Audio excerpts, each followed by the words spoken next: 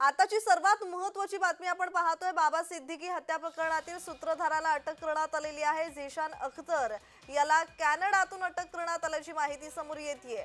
राष्ट्रवादी काँग्रेस नेते बाबा सिद्दीकी हत्या प्रकरणातील सूत्रधार झीशान अख्तर उर्फ जस्सी पुरेवाल याला कॅनडातील सरे पोलिसांनी अटक केलेली आहे। 12 ऑक्टोबर 2024 च्या रात्री बाबा सिद्दीकी यांची त्यांचा मुलगा झीशान सिद्दीकी यांच्या ऑफिस बाहेर गोळ्या घालून हत्या करण्यात आली।